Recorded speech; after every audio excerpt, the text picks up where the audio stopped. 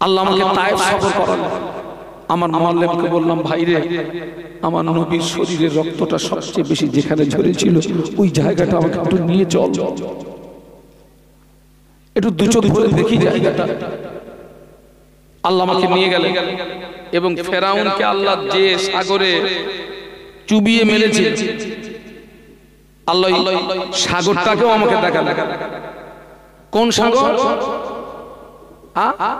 না, নীল নদ নয়, আনা সাগর।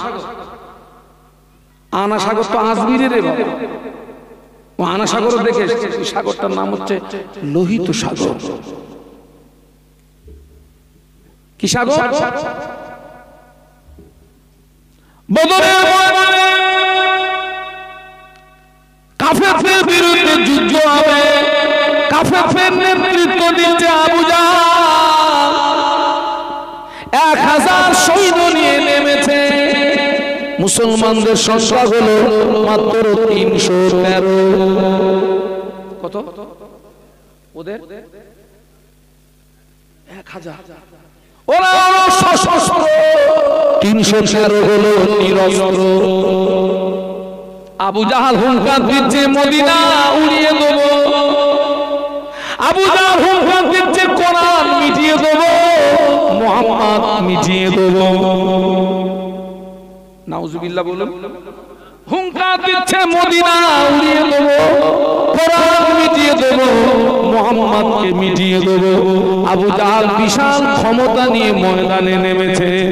আল্লাহ নবী খুব প্রেসারিতে পড়ে গেলেন, আল্লাহ নবী খুব টেনশনে পড়ে গেলেন।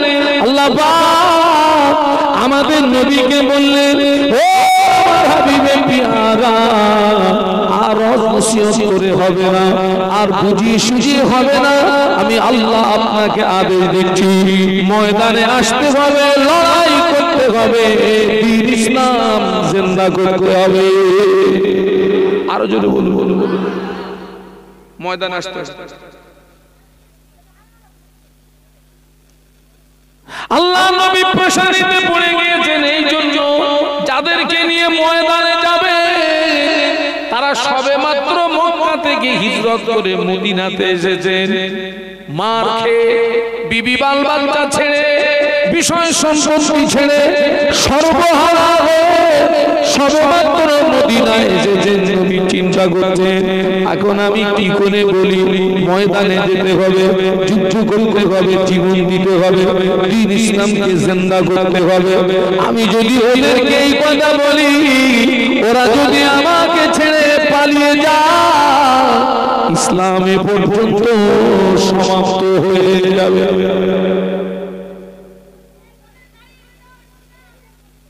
এই বদরের যুদ্ধে মুসলমানরা যদি হেরে যেত, এই ইসলামে পর্যন্ত আসতো, ওখানেই কবর, ওখানেই কি।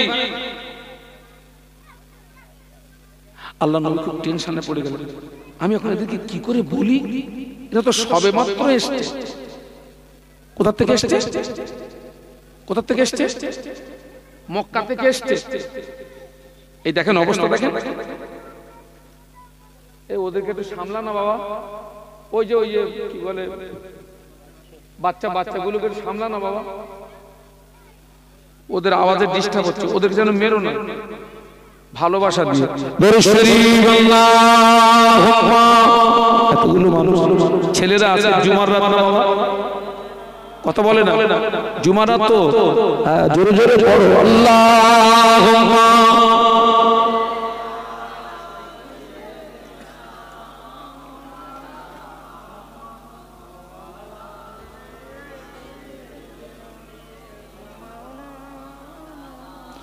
मुझे आज है अपनी खुशकिस्मती पर,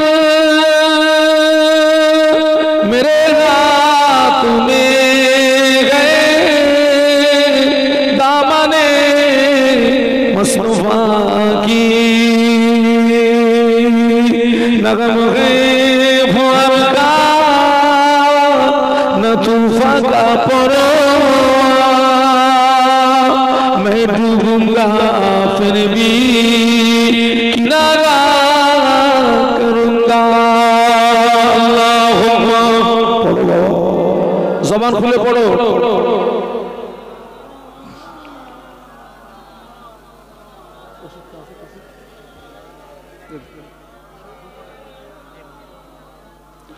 গোলামে মোহাম্মদ গো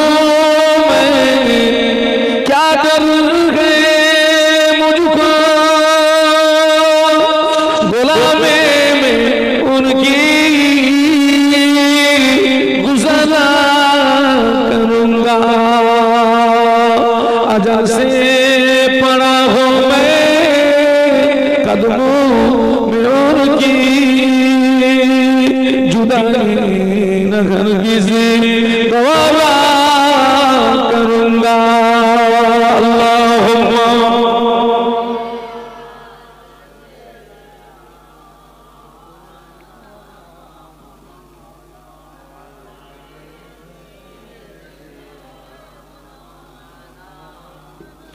জবান খুলে বলেন আল্লাহু আকবার। এই ছেলেরা একটু আওয়াজ দিয়ে বলো না, আরো আওয়াজ করে বলো আল্লাহু আকবার। জবান খুলে বলো আল্লাহু আকবার। আল্লাহ নবী মক্কা থেকে মদিনাতে এসেছে। মক্কার নারী পুরুষ মেয়ে ছেলে বেটা ছেলে নবীর প্রতি ঈমান আনার কারণে নবীর মহব্বত নবীর ভালোবাসা তাদের হৃদয়ে এতটা বদ্ধমূল হয়েছিল, তারা যদি আমাদের নবীকে একটা দিন না দেখতে পেতে তাদের হৃদয়ে একটা জ্বালা শুরু হয়ে যেত, একটা যন্ত্রণা শুরু হয়ে যেত। ওই জ্বালাটা অন্য কোনো জ্বালা নয়, এই জ্বালাটা হলো বিশ্বনবীর নূরের চেহারা দেখার জ্বালা। একটা দিন আল্লাহ নবীকে না দেখলে সাহাবীদের কলিজায় একটা জ্বালা, সেই জ্বালাটা ছিল আল্লাহ নবীর নূরের বদনটা দেখার জ্বালা। একটু সুবহানাল্লাহ বলবেন না? যে সাহাবীরা আল্লাহ নবীকে একটা দিন না দেখে থাকতে পারেন না, রাসূলুল্লাহ মদিনায় এসেছেন, মাঝখানে এক সপ্তাহ অতিবাহিত হয়ে গেছে। যারা নবীকে একদিন দেখতে পান না তারা নবীকে দেখতে পায়নি কদিন? ওই মক্কার 9 জন যোগীরা, কারো কোলে 3 মাসের বাচ্চা, কারো কোলে 5 মাসের বাচ্চা, কারো কোলে 7 মাসের বাচ্চা। ওই 9 জন মহিলার ভিতরে একজন মহিলা আর সাথীদেরকে ডেকে বলে, ও বন্ধুরা, আমাদের নবী মক্কায় না, আমরা মক্কায় থাকবো না, আমাদের নবী মদিনাতে, আমরা মদিনাতে চলে যাব। মহব্বতে বলো না, নবী মক্কায় নেই, আমরাও মক্কায়, আমাদের নবী কোথায়? আমরা মদিনায় চলে যাব। 9 জন মহিলা একমত হয়েছে। কিন্তু আল্লাহ রাসূল যখন মক্কা থেকে মদিনায় হিজরত করে চলে গেছেন, আবু জাহালের সহচররা ওই যে মক্কা এবং মদিনার একটা বর্ডার আছে বাবা, হিন্দুস্তান পাকিস্তান একটা বর্ডার আছে না, ইন্ডিয়া বাংলাদেশ আছে না, বর্ডার আছে না। মক্কার কাফেররা কি করলো, ওই মক্কা মদিনার বর্ডারে ওরা বিএসএফ, আমাদের ভারতের কেন্দ্রের দায়িত্বে যারা আছেন, ওই সব বর্ডারে কি দিয়ে রেখেছে বলুন তো? বিএসএফ। এটা হচ্ছে short hand, border security force. Border security, ঠিক আবু জাহাল ওই রকম কিছু বর্ডার সিকিউরিটি ফোর্স দিয়ে রেখেছে। কেন? ওরা জানে যে মুহাম্মদ মক্কা থেকে মদিনায় চলে গিয়েছে, মানে যারা মুহাম্মাদের প্রতি ঈমান এনেছে সাল্লাল্লাহু আলাইহি ওয়াসাল্লাম, ওরাও আর মক্কায় থাকবে না, ওরাও কোথায় চলে যাবে বলুন বলুন? মদিনায়। আর ওরা যদি মদিনায় চলে যায়, ওখানে দল তৈরি করবে, সংগঠন তৈরি করবে, পরে ওরা বৃহত্তম একটা দল নিয়ে আমাদের উপরে হামলা করতে পারে। এই সলা পরামর্শ করে ওরা ওই আপনার বর্ডার এলাকায় ওরা বিএসএফ দিয়ে রেখেছে। শর্ত, এই মুহূর্তে কোনো মক্কার মানুষ যেন মদিনায় না যেতে পারে, তবে কোনো বহিরাগত মানুষ যদি মক্কায় ঢুকতে চায় তাকে ঢুকতে দেবে, কিন্তু মক্কার কোনো মানুষকে যেন বলুন না বার হতে দেবে না। মক্কার 9 জন মহিলা, কারো কোলে 3 মাসের বাচ্চা, 5 মাসের বাচ্চা, 7 মাসের বাচ্চা।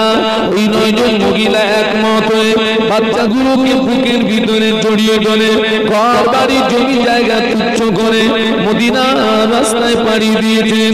মক্কা মদিনা বর্ডারে এসে যেই না পৌঁছানো, কাফেররা মক্কার মেয়েদেরকে বলে তোমরা কোথায় যাবে? বলে আমরা মদিনাতে যাব। কেন যাবে? আমাদের নবী মক্কায় নাই, আমাদের নবী মদিনাতে, আমরা মদিনাতে চলে যাব। ওরা যেতে দেবে না, ওরা যেতে দেবে না। মক্কার মেয়েরা বলে তোমরা আমাদের স্বাধীনতায় হস্তক্ষেপ করো না, বাধা দিও না। আমাদের নবী মক্কায় নাই, আমরা মক্কায় থাকবো না। আমাদের নবী মদিনাতে, আমরা মদিনাতে চলে যাব। উভয় দলের ভিতরে পেড়াপেড়ি শুরু হলো, খেলাটেনি শুরু হলো।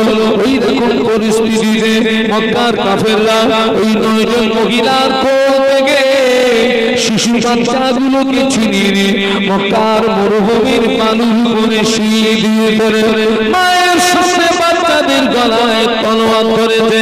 ও মক্কার মেয়েরা, তোরা যদি মদিনায় যাস তোদের বাচ্চাগুলো সবাই করে দেব, ফিরে যদি বাড়ি যাস জীবিত বাচ্চা ফিরিয়ে দেব। জায়গাটা সহজ না কঠিন? জোরে বলুন, জোরে বলুন। মায়ের সামনে বাচ্চাদের গলায় কি ধরেছে? যদি মদিনায় যাস, বলুন বলুন, জবাই। ফিরে যদি বাড়ি যাস জ্যান্ত ফিরে পাবি।